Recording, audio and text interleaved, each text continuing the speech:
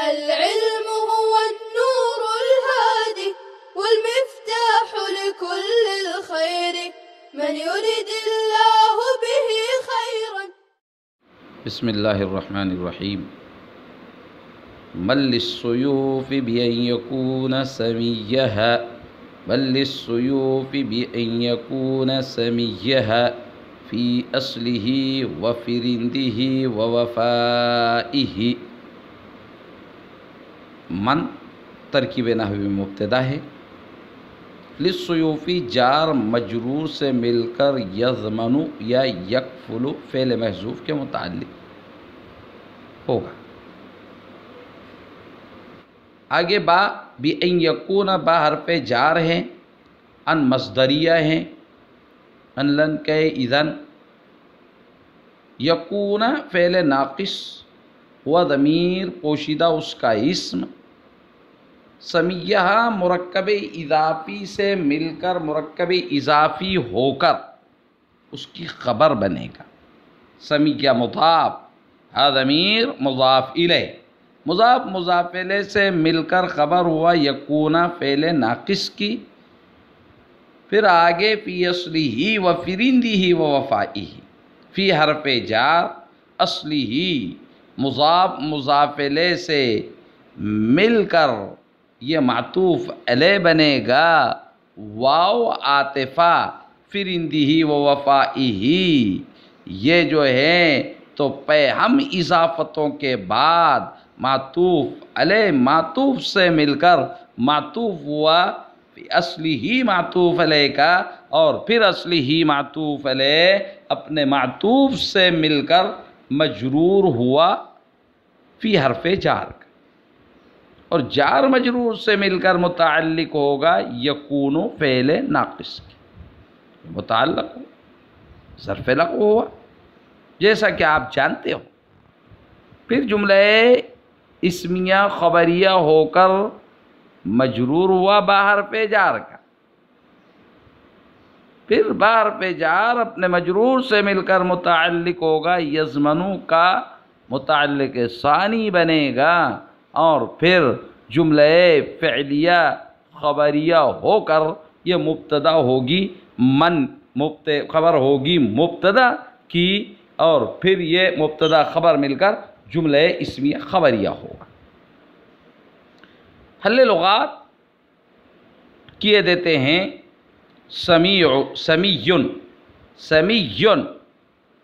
سمیون کے معنی ہم نام.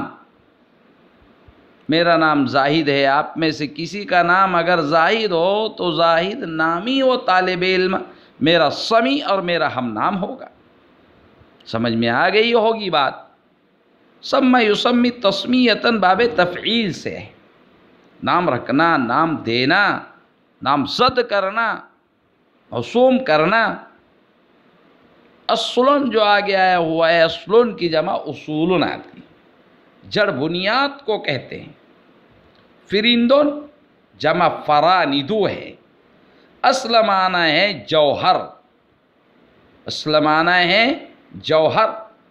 یہاں نقش و نگار مراد ہے. جوہر تلوار کا جو جوہر ہوتا ہے وہ کاٹنا ہوتا ہے، اور جوہر اصلی تلوار کا یہ ہوتا ہے کہ وہ تیزی کے ساتھ کاٹے. بات سمجھ لیجئے. وفاءن یہ مصدر ہیں. وفا یفی وفاءن باب ضرب یضربو سے ہے. وفا یفی وفاءن پورا کرنا. اب ہم آپ کے سامنے شعر کا بہترین ترجمہ کیے دیتے ہیں.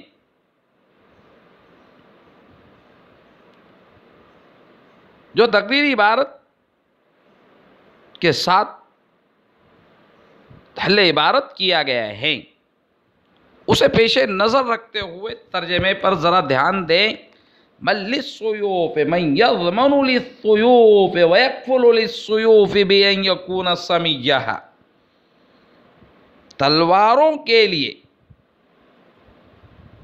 اس بات کا کون ضامن ہو سکتا ہے؟ استفہام انکاری تقریری. تلواروں کے لیے اس بات کا کون ضامن ہو سکتا ہے؟ من یضمن للسیوف بأن یکون سمیہا، تلواروں کے لیے اس بات کا کون ضامن ہو سکتا ہے کہ وہ ان تلواروں کا ہم نام ہو جائے؟ یہاں میں ہاں ضمیر کا مرجع بھی متعین کر لیا جائے کہ السیوف ہے، للسیوف، السیوف، تلواروں کے لیے اس بات کا کون شخص ضامن ہو سکتا ہے کہ وہ ان تلواروں کا ہم نام ہو جاوے؟ اس کی اپنی اصل، اس کے اپنے جوہر اور اس کی اپنی وفاداری میں۔ سیف الدولہ اس شعر میں، متنبی اس شعر میں سیف الدولہ کی تعریف میں مبالغہ کرتے ہوئے کہتا ہے۔ ایسے بھی متنبی کے کلام میں مبالغہ آرائی بہت ہیں۔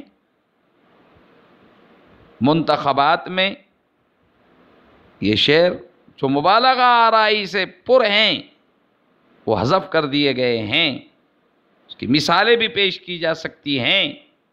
وقت ندارت، وہ قصیدے بھی پڑھنے لائق ہیں۔ بہرحال ہم منتخبات، جو قصائد منتخبہ ہے وہ پڑھ رہے ہیں۔ سیف الدولہ کی تعریف میں مبالغہ آرائی کرتے ہوئے کہتا ہے کہ تلوار کا ہم نام ہونا بجا طور پر سیف الدولہ ہی کے لیے زیبا ہیں، تلوار کا ہم نام ہونا بجا طور پر سیف الدولہ ہی کے لیے درست ہیں اور زیبا ہیں، اس لیے کہ تلوار کی جملہ صفات ذات ممدوح میں بدرجہ اتم و اولا موجود ہیں، پائی جاتی ہیں۔ وہ تلوار ہی کی طرح فولادی ہیں اور اپنے عزم و ارادے کو عملی جامہ پہنانے کے سلسلے میں تلوار کی دھار ہی کی طرح تیز اور طرار ہیں۔ دوسروں میں ان صفات عالیہ کا فقدان رہتا ہے، اس لیے ان کے لیے تلوار کا ہم نام ہونے کی زحمت کرنا ہی بہتر، زحمت نہ کرنا ہی بہتر ہے۔ کس طرح الفاظ سے کھیلتا ہے کہ سیف الدولہ، اس کے ممدوح کا نام سیف الدولہ ہے، لفظ سیف کے اندر اس نے کس طرح معنی پیدا کیے ہیں اور پھر لفظ سیف کے اس معنی کو کے ساتھ دوسرے پورے شعر کو کس طرح اس پر چسپا کر دیا ہے اور سیف الدولہ کی ذات کے اندر کی صفات کو ثابت کیا ہے۔ ایک لفظ سیف کو پیش نظر مد نظر رکھتے ہوئے یہ کمال، یہ سیف الدولہ کا یہ کمال شاعر با کمال متنبی کا ہے، اس لیے بھی اس کے ان قصائد کو اور اس کے دیوان کو بڑی اہمیت دی جاتی ہے، اور یہ قصائد اور دیوان متنبی بڑی ہی اہمیت کے حامل ہیں۔ آگے وہ کہتا ہے طبع الحدید فکان من اجناسہ، طبع الحدید فکان من اجناسہ وعلی المتبوع من آبائہ۔ طبع فعل ماضی مجہول ہیں، الحدید وجہ رفع کیا ہیں، وجہ اعراب کیا ہیں، مرفوع کیوں ہیں؟ تو یہ طبع فعل ماضی مجہول کا نائب فاعل ہیں، اس لیے مرفوع ہیں۔ طبع فعل ماضی مجہول اپنے نائب فاعل سے مل کر جملہ فعلیہ خبریہ ہوا۔ فکان من اجناسہ میں فا برائے تفصیل ہے، فا برائے تفصیل ہے۔ کانا فعل ناقص، ہوا ضمیر اس کا اسم، من اجناسہ من حرف جار، اجناسی مضاف، ہی ضمیر مضاف الیہ، مضاف مضاف الیہ سے مل کر یہ مجرور ہوا من حرف جار کا، جار مجرور سے مل کر ظرف مستقر ہو کر پھر خبر ہوئی کانا فعل ناقص کی۔ کانا فعل ناقص اپنے اسم و خبر سے مل کر جملہ اسمیہ خبریہ ہوا۔ علی سیف الدولہ کا نام علی ہے، اصل نام، علی مبتدا ہیں، المتبوع حضرت علی مراد نہیں ہے، سیف الدولہ کا نام ہی علی ہیں، اس بات کو اچھی طرح ذہن نشین کر لیا جائیں۔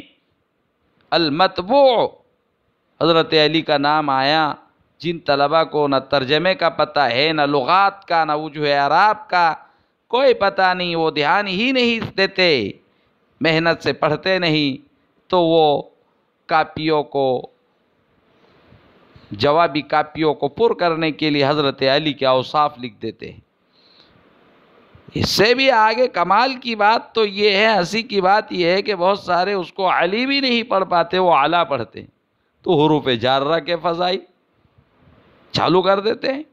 لہذا طلبہ کو بہت زیادہ محنت سے پڑھنے اور توجہ کے ساتھ پڑھنے اور سبق کو لینے کی ضرورت ہے۔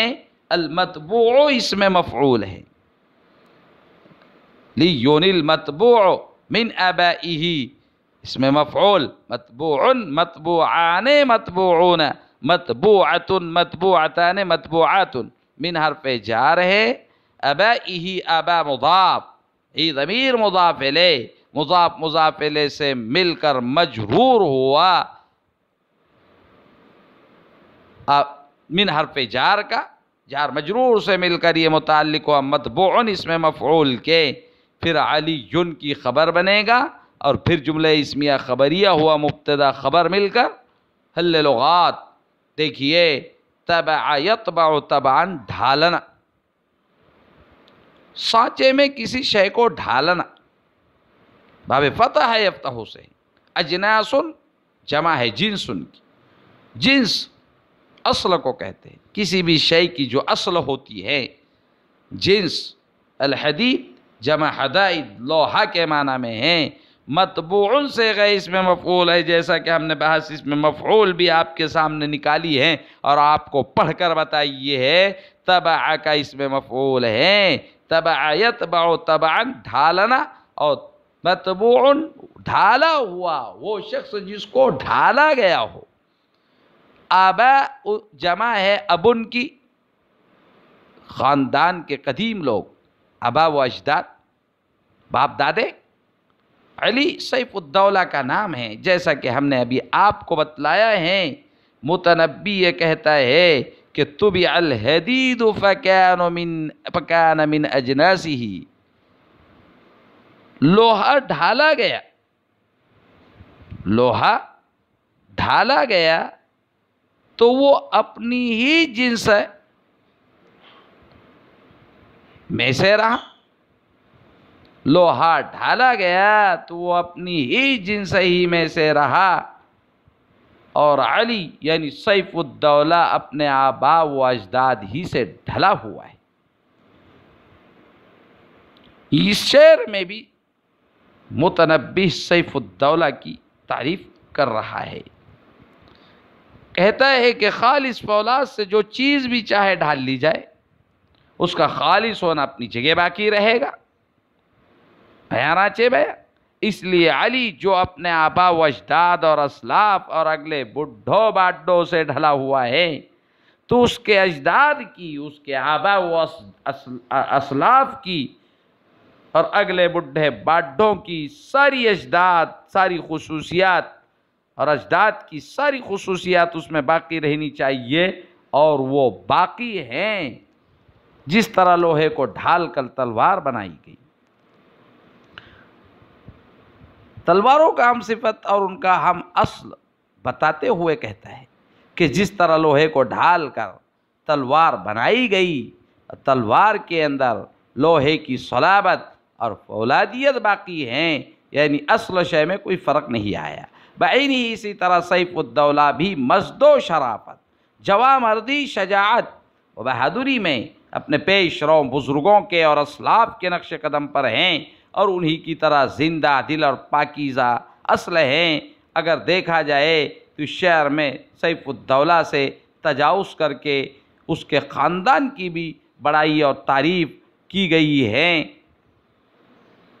اب ہم ایک نیا قصیدہ شروع کیے دیتے ہیں منتخبات دیوان متنبی کا، وہ قصیدہ من قافیت الباء ہے، من قافیت الباء۔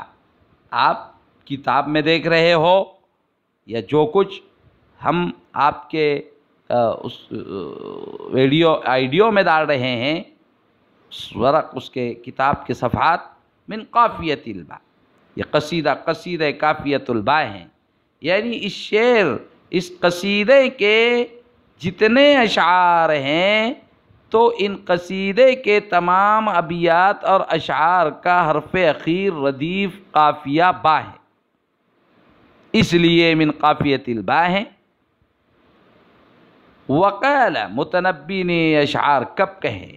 اور متنبی کے یہ اشعار اصناف شعریہ میں سے کس صنف شعری پر مشتمل ہیں، اس کو بھی اچھی طرح سمجھ لیا جائے۔ سب سے پہلی بات تو یہ ہے کہ متنبی کے اس قصیدے کے اشعار اصناف شعریہ میں سے صنف شعری رثا اور مرثیہ پر مشتمل ہے۔ دھیان دیں، توجہ سے سنیں، رثا اور مرثیہ پر مشتمل ہیں کہ متنبی اخت سیف الدولہ کی بہن کی وفات پر مرثیہ اور رثا پر مشتمل یہ اشعار کہے جا رہا ہے۔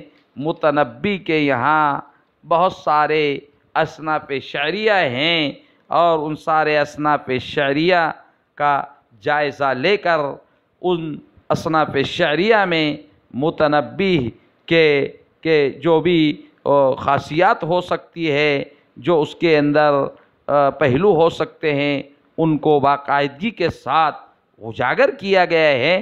وقت ندارت ہم یہاں متنبی کو بحیثیت مرثیہ نگار، کہ متنبی مرثیہ نگاری میں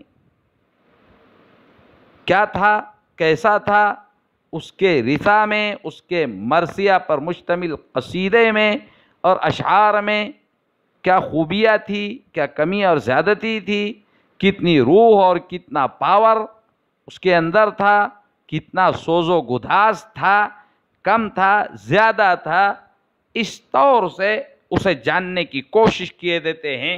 ایک اہم ترین بات برسبیل تذکرہ ہم آپ کے سامنے آپ کے فائدے کے لیے کیے دیتے ہیں۔ مرثیہ عربی شاعری میں ایک قدیم صنف سخن ہے۔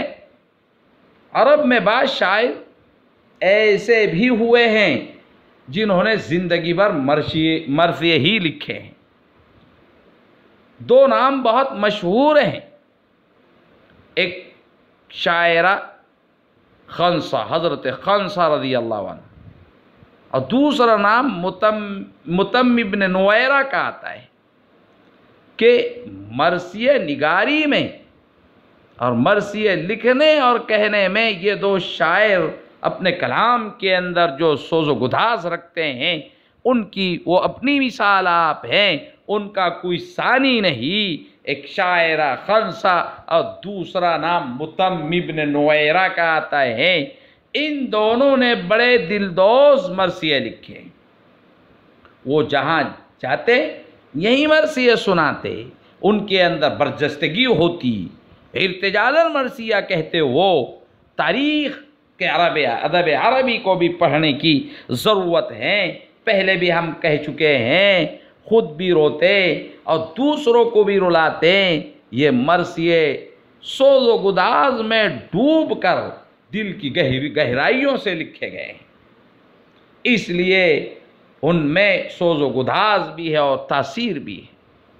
متنبی نے بھی مرثیے لکھے ہیں۔ یہ سارے مرثیے ان لوگوں سے متعلق تھے جن سے متنبی کا براہ راست کوئی تعلق نہیں تھا، وہ اس کے خاندانی لوگ نہیں تھے، اس لیے مراثی در حقیقت تعزیت نامے تھے جن میں مختلف پائے میں تسلی و تشفی کی پیرائے میں تسلی و تشفی کی باتیں کہی گئی، اور حق یہ ہے کہ متنبی کی قوت تخیل نے طرح طرح کے پہلو تراشے ہیں اور بڑی معنی خیز باتیں کہی ہیں۔ مرثیہ اگر وہ شخص لکھے جس کا متوفی سے براہ راست تعلق ہو اور وہ اس کا خاندانی انسان ہو اور اس سے خاندانی، نسلی، ذہنی، دینی یا کسی اور طرح کا گہرا ربط رکھتا ہو اور خود اس کا دل اس سانحہ سے متاثر ہوا ہو، اگر اس کی زبان یا قلم سے مرثیہ وجود میں آتا ہے تو اس میں قدرتی طور پر سوز و گداز بھی ہوگا اور اس غم کی جھلک موجود ہوگی جو مرثیہ نگار کے دل مجروح میں موجود ہیں۔ اس لیے مرثیے میں بھی تاثیر ہوگی اور پڑھنے والے کو بھی متاثر کرے گا، کیونکہ بات وہی ہے، از دل خیزت و بردل ریزت۔ اس لیے اس نقطۂ نظر سے متنبیوں کے مرثیوں کا مطالعہ بے سود ہے، کیونکہ ان میں درد و غم کی جھلک دور دور تک نہیں ملے گی۔ البتہ ان میں تعزیت کا حق پورا ادا کیا گیا ہے اور متوفیہ کے اوصاف و محاسن کی ترجمانی میں مبالغے کے پر لگا کر حمالیہ کی چوٹیوں تک انہیں پہنچا دیا گیا ہے۔ چونکہ متنبی مبالغے کا بادشاہ ہیں، اس لیے اس نے اپنے مرثیوں سے مبالغے میں پورا کام لیا ہے۔ متنبی کا ایک طویل مرثیہ سیف الدولہ کی بہن خولہ کے بارے میں ہے، جسے ہم آپ کے سامنے پیش کریں گے۔ اس میں سب سے پہلے متوفیہ کی شرافت، حسب نسب کا ذکر ہے اور بقیہ اس کے اوصاف کو ذکر کیا گیا ہے۔ بہرحال ہم یہ اختصاراً یہ بات آپ کے سامنے کہتے ہوئے آج کے اس درس کو بھی آپ کے سامنے ختم کرنے جا رہے ہیں۔ والسلام علیکم ورحمۃ اللہ وبرکاتہ۔ السلام عليكم. لا تنسوا الاعجاب بالفيديو والاشتراك في القناة تشجيعا لنا لنستمر بنشر المزيد إن شاء الله.